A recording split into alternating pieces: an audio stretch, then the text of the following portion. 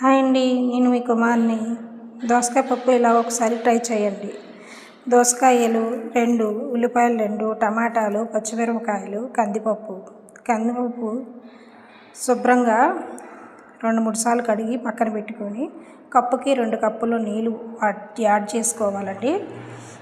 తర్వాత దోసకాయ ముక్కలు, టమాటా ముక్కలు, ఉల్లిపాయలు, పచ్చిమిర్చి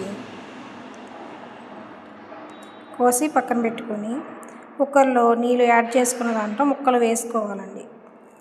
అందులో తగినంత పసుపు, తగినంత కారం, చింతపండు వేసి కుక్కరు మూత పెట్టుకోవాలి.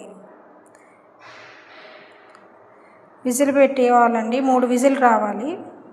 3 విజిల్ వస్తే సరిపోతుంది. హైలో అయితే 5 విజిల్లు వస్తే, సిమ్లో అయితే 3 విజిల్ అండి. చూడండి పప్పు ఎంత మెత్తగా మెదిగిపోయిందో. తగినంత సాల్ట్ వేసుకొని పొయ్యి మీద పెట్టుకోవాలి. తాలింపు అండి.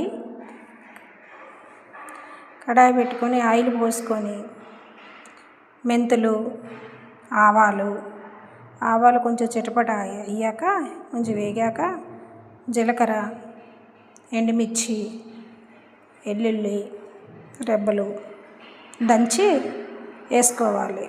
వేగాకండి ఇంగువ, కరివేపాకు వేసి తాలింపు పప్పులో వేసుకొని ఒక 10 నిమిషాలు ఉడకనిస్తే అంతేనండి. Simple.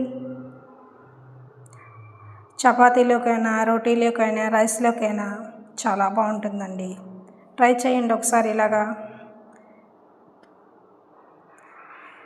Please like to subscribe. Thank you.